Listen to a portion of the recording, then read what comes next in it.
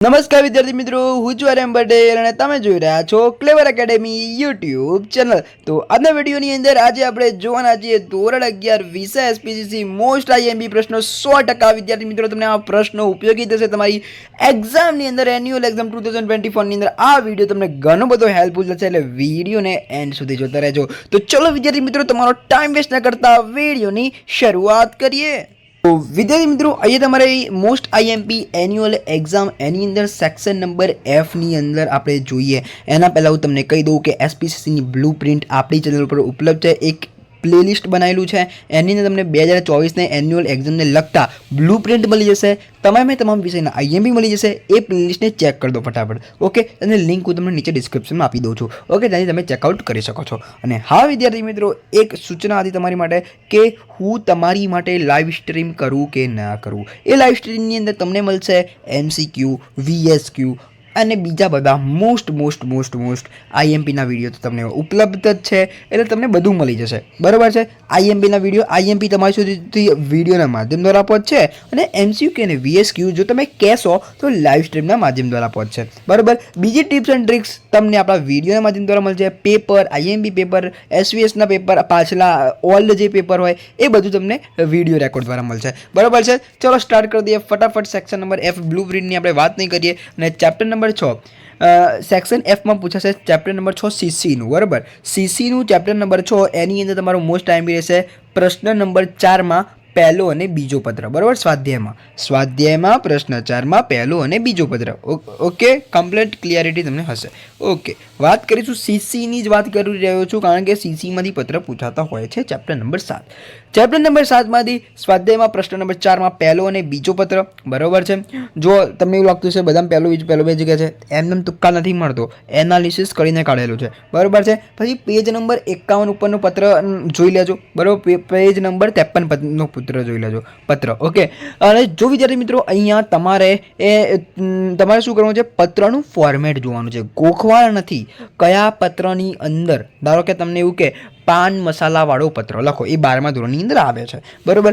એ પત્ર વિશે તમને એવું કીધું હોય તો એ પત્રનું ફોર્મેટ, એ પત્રની અંદર કેવા શબ્દો વાપર્યા છે, ચોપડીની અંદર કેવી રીતે લખેલું છે, ફોર્મેટ કેવું છે, કોણે લખવાનું છે, તમારે સરકારશ્રીને લખવાનું છે કે કયા કર્મચારીને લખવાનું છે, બધું તમારે બાબતનું ધ્યાન રાખવાનું રહેશે, ઓકે। વાત કરીશું સીસીની અંદર ચેપ્ટર નંબર 8 એની અંદર તમારે સ્વાધ્યાયમાં પ્રશ્ન નંબર 4ની અંદર ત્રીજો, ચોથો અને પાંચમો આ 3 પત્ર તમારા મોસ્ટ આઈએમપી થઈ જશે। અને અડધી વખત આ લોકો ચેપ્ટર નંબર 7 બી પૂછી લેતા હોય છે, એસપીનું, આ યાદ રાખજો, એસપીનું ચેપ્ટર નંબર 7 શેરમૂડીવાળું આ બીએમાં બી આવે છે, બરાબર છે। એટલે તમને આની અંદરના પ્રશ્ન જે બીએ વાળા બી કામમાં લાગશે। ઇક્વિટીનો અર્થ આપી, લાક્ષણિકતાઓ જણાવો, શેરમૂડીના પ્રકારો જણાવો, ડીમેટ ખાતાના ફાયદા અને મર્યાદા, બરાબર છે। બોનસ શેર એટલે શું, બોનસ શેર પાડવાની વિધિ જણાવો, પ્રેફરન્સનો અર્થ અને લાક્ષણિકતાઓ જણાવો, બરાબર છે। તો આ તમારા થઈ ગયા પ્રશ્નો, સ્ક્રીનશોટ લઈ લેજો એકદમ કમ્પ્લીટ અને ડન જેવા, બરાબર છે। એ તમને ખબર પડે કે આ પ્રશ્નો છે। વાત કરીશું સેક્શન નંબર E, કોઈ જ બ્લુ પ્રિન્ટની વાત નહીં કરું, બ્લુ પ્રિન્ટ મસ્ત રીતે તમને સમજાયેલી છે, શાંતિથી જોઈ લેજો, ઓકે। બ્લુ પ્રિન્ટનો વિડીયો ઉપલબ્ધ છે આપણી ચેનલ પર। સેક્શન નંબર E ની અંદર પહેલું ચેપ્ટર છે ચેપ્ટર નંબર 4 આવેદનપત્ર, બરાબર। આવેદનપત્ર એસપીનું ચેપ્ટર છે। આ પહેલું છે આવેદનપત્રની વ્યાખ્યા જણાવી, તેનું મહત્વ, આ પ્રશ્ન મોસ્ટ ઇમ્પોર્ટન્ટ થઈ જશે। પછી ટૂંકનોંધ, આ બધી ટૂંકનોંધો તમને પૂછાશે, તમે કહેશો આટલી બધી ટૂંકનોંધ, ભાઈ મોસ્ટ આઈએમપી છે, આમાંથી 100% 1 યા ઓર 2, એટલે કે આમાંથી 1 યા 2 ટૂંકનોંધ ફાઇનલ આવશે, બરાબર છે। પછી હું તમને મોસ્ટ આઈએમપી કહું તો નામની, ધ્યેયની, મૂડીની, આ જે 3 છે ને એ મોસ્ટ આઈએમપી છે, બરાબર છે, ઓકે। આવેદનપત્રમાં કઈ કલમોનો સમાવેશ કરવામાં આવે છે તે ટૂંકમાં જણાવો। કલમવાળો પ્રશ્ન મોસ્ટ આઈએમપી છે, આ પ્રશ્ન આની અંદર આવી જશે, કલમો તૈયાર કરશો ને એટલે। વાત કરીશું ચેપ્ટર નંબર 5ની નિયમનપત્ર। નિયમનપત્રની અંદર આવેદનપત્ર અને નિયમનપત્ર વચ્ચેનો તફાવત મોસ્ટ આઈએમપી થશે। નિયમનપત્રનું મહત્વ, નિયમનપત્રમાં કઈ વિગતોનો સમાવેશ થાય છે, બરાબર। ટેબલ એફમાં કઈ બાબતોનો સમાવેશ કરવામાં આવે છે, ટેબલ એચમાં, આ 2 પ્રશ્ન મોસ્ટ આઈએમપી અને નિયમનપત્ર આવેદનપત્ર વચ્ચેનો તફાવત, આ બી મોસ્ટ આઈએમપી થશે, સ્ક્રીનશોટ લેતા રહેજો, ઓકે। વાત કરીશું હવે ચેપ્ટર નંબર 6 વિજ્ઞાન પત્ર. વિજ્ઞાન પત્ર કોને કહેવાય, અર્થ વ્યાખ્યા સમજાવો. આ તમને 2 ગુણની અંદર બી પૂછાય, 3 ગુણની અંદર બી પૂછાય, ગમે તેની અંદર પૂછાય, તમને આવડવું જોઈએ. બરાબર.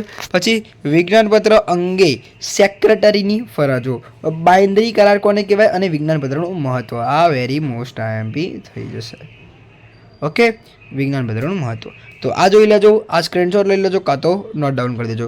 વાત કરીશું સેક્શન નંબર ડી. મેં તમને પહેલાં બી કીધું આપણે કોઈ જ વાત નહીં કરીએ આપણે બ્લુપ્રિન્ટની, સીધામાં સીધા આપણે પોઈન્ટ ઉપર આવીશું. સીસીની અંદર ચેપ્ટર નંબર 4, સીસીની અંદર ચેપ્ટર નંબર 4 પૂછાશે. એની અંદર તમારે 2 ટૂંક નોંધ કરવાના છે, ઓળખ રેખા અને તાજા કલમ. બરાબર. પછી વાણિજ્યિક પત્રના કાયમી ભાગના નામ જણાવો. આ તમને 2 ગુણ બી પૂછી શકે છે. બરાબર. અને સેક્શન ડીમાં બી પૂછી શકે છે. વાણિજ્યિક પત્રની તારીખ લખવાની પદ્ધતિઓ ઉદાહરણ સહિત સમજાવો. આ 3 પ્રશ્ન તમારા મોસ્ટ આઈએમપી છે. ટૂંક નોંધ, વાણિજ્યિક પત્રના કાયમી ભાગના નામ અને વાણિજ્યિક પત્રની તારીખ લખવાની પદ્ધતિ. હવે જોઈશું એસપીમાં ચેપ્ટર નંબર 1માંથી સેક્રેટરીના લક્ષણો પૂછાય, કંપની સેક્રેટરીની અગત્યતા, વિભાગીય સેક્રેટરી કોને કહેવાય, તેનું શું કાર્ય હોય, અને સામાન્ય અને વહીવટી સેક્રેટરીના કાર્યો. આ કાર્યો મોસ્ટ આઈએમપી થઈ જશે. બરાબર. વાત કરીશું એસપીમાં ચેપ્ટર નંબર 2. ચેપ્ટર નંબર 2ની વાત કરી લઈએ તો કંપનીની સેક્રેટરી, તો એની અંદર સેક્રેટરીના હોદ્દાનો અંત ક્યારે આવે, કોઈ પણ 4 કારણો તમારે લખવાના છે. બરાબર. પછી KMPમાં કોનો સમાવેશ થાય. બરાબર. અને સેક્રેટરીની સત્તાની મર્યાદાઓ. આ બી મોસ્ટ આઈએમપી થઈ જશે, મર્યાદાઓવાળો. બરાબર. વાત કરીશું એસપીમાં 3જું ચેપ્ટર કંપનીની સ્થાપના વિધિ. એની અંદર કંપનીની સ્થાપનામાં વિગતવાર તપાસમાં કઈ બાબતોની તપાસ કરવામાં આવે છે. પછી બીજું, સંચાલકોની યાદી રજૂ કરતી વખતે કઈ બાબતો બતાવવાની હોય છે. બરાબર. પછી સંચાલકોના સોગાદનામામાં કઈ બાબતો દર્શાવવામાં આવે છે. બરાબર. તો આ 3 પ્રશ્નો તમારા મોસ્ટ આઈએમપી થઈ જશે. વાત કરીશું એસપીમાં ચેપ્ટર નંબર 6 વિજ્ઞાન પત્ર. તો વિજ્ઞાન પત્રનો અર્થ આપી તેના લક્ષણો, લઘુત્તમ ભરનું કોને કહેવાય, લઘુત્તમ ભરનું મહત્વ. તો આ તમને અહીંયા લઘુત્તમ ભરણાવાળો કોન્સેપ્ટ 12માં આવશે, જોઈ લેજો. બરાબર. ઓકે. ભાઈ વાત કરી લઈએ, શેર બાંયધરીના કરાર ન કરવામાં આવે તો કેવી મુશ્કેલીઓ ઊભી થાય. તો આ પ્રશ્નો તમારા મોસ્ટ ટાઈમ થઈ જશે. વાત કરીશું એસપીમાં ચેપ્ટર નંબર 7. ચેપ્ટર નંબર 7 એટલે કે આપણું શેર મૂડીવાળું ચેપ્ટર. બરાબર. શેર મૂડી અને શેરના પ્રકારો. ડીમેટ ખાતું ખોલવામાં અંગેની જરૂરિયાતો જણાવો, ડીમેટ ખાતું ખોલવા અંગેની વિધિ જણાવો, શેરની લાક્ષણિકતાઓ જણાવો, અને બોનસ શેર શામાંથી આપી શકાય. બોનસ શેર શામાંથી આપી શકાય, મોસ્ટ આઈએમપી. અને ડીમેટ ખાતું ખોલવાની અંગેની વિધિ મોસ્ટ આઈએમપી. ઓકે.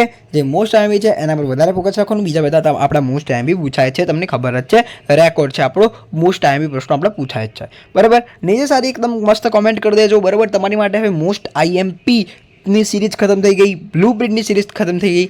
3જી સિરીઝ આપણે ચાલુ કરવા જઈ રહ્યા છે, એ છે ટિપ્સ એન્ડ ટ્રિક્સ. બરાબર. ટિપ્સ એન્ડ ટ્રિક્સ, બધા જ વિષયની તૈયારી કેવી રીતે કરવી, અકાઉન્ટમાં સારામાં સારા માર્ક્સ કેવી રીતે મેળવવા, સ્ટેટમાં કેવી રીતે માર્ક્સ મેળવવા, ઇકોમાં, BAમાં, તમામ વિષયની ટિપ્સ એન્ડ ટ્રિક્સ તમારી માટે લોન્ચ કરવા જઈ રહ્યો છું. બસ વિડીયોને લાઈક, ચેનલને સબસ્ક્રાઈબ કરી દેજો. બરાબર છે. તમામ વિષયની બ્લુપ્રિન્ટ, તમામ વિષયના આઈએમપી એક જ પ્લેલિસ્ટમાં મળશે, એક જ ક્લિકમાં મળશે. નીચે અહીંયા ડિસ્ક્રિપ્શનમાં લિંક આપેલી છે, ત્યાંથી તમે જોઈન થઈ શકો છો. અને હા વિદ્યાર્થી મિત્રો, લાઈવ સ્ટ્રીમનો એક આન્સર આપી દેજો કોમેન્ટની અંદર. લાઈવ સ્ટ્રીમ કરવી જોઈએ કે નહીં. બરાબર. MCQ અને VSQ માટે લાઈવ સ્ટ્રીમ કરવી જોઈએ કે નહીં, એ ખાલી મને આન્સર આપજો. મળીશું વિદ્યાર્થી મિત્રો નેક્સ્ટ વિડીયોમાં. ત્યાં સુધી good bye, take care, all the best.